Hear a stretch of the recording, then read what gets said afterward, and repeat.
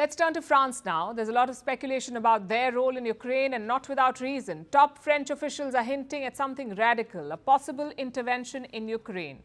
I'm talking about putting soldiers on the ground, French soldiers. The first hint was dropped by Emmanuel Macron. He refused to rule out deployments in Ukraine. There is no consensus today to send ground troops in an official, endorsed and sanctioned manner. But in dynamic terms, nothing should be ruled out. We will do whatever it takes to ensure that Russia cannot win this war. But Macron's allies are not eager. The US has ruled out sending soldiers, so have Germany, Britain and Italy. Yet France is not backing down. Now the army chief has spoken out. The French army chief, he says French support could go beyond military supplies. What does that mean? Logic says deployments. Another top general has hinted at the same. He says France can call up 20,000 soldiers in 1 month. He also said France can lead a coalition of 60,000 NATO soldiers. It seems Macron was not joking around. His army is backing up what he said. You see, sending soldiers can mean a lot of things. It doesn't have to be combat troops. It can be a training role or an advisory role or a security role. For that, there is some support. In fact, some NATO soldiers are already in Ukraine. They're helping and training Ukrainian troops. But that's a very small deployment. Some reports say just 97 NATO soldiers. Macron is hinting at a larger deployment. The question is why? What is he hoping to achieve?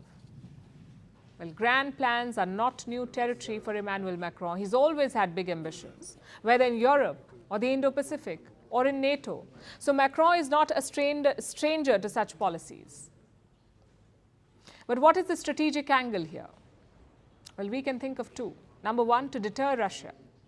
We know that Ukraine's military aid is drying up. Around $60 billion is stuck in the US Congress, plus Russia is on the attack. They're making rapid battlefield gains. So maybe Macron is throwing a spanner into the Russian war machine. He's giving Putin something to think about. We have a goal. Russia cannot and must not win this war. This is the continuity of France's position. We are at your side because we are at the side of peace, and there is no peace for Ukraine and for Europe that would require a capitulation of the Ukrainians, because that would be a renunciation of our security. In the past, on several occasions, when there have been conflicts, this same choice has been made. Indications are Moscow has taken the bait. Russia's spy chief has made a big claim. He says France is preparing to send 2,000 soldiers to Ukraine. So that could be one goal that Macron is chasing, deterring Russia. Number two, to cement French leadership.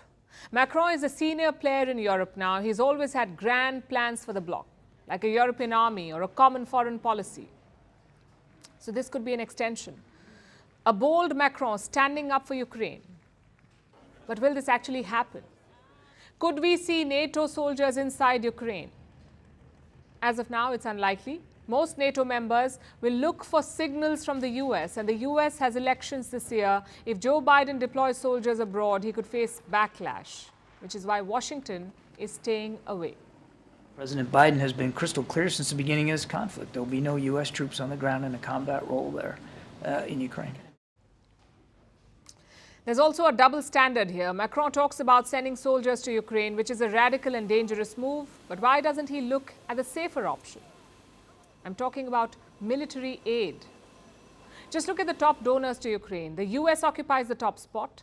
They've given some $46 billion. Germany has given almost $20 billion and the UK around $10 billion.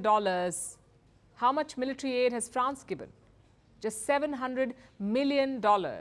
Now, Macron's government has disputed this number. They say the actual figure is 2.8 billion. Even then, it's quite low.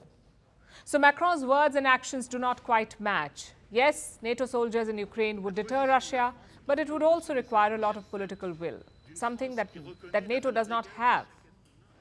Macron would be better served looking at other options, like mobilizing the European defense industry or convincing Germany to send long-range weapons. These are more achievable options. But then again, there's no immortality in achievable goals.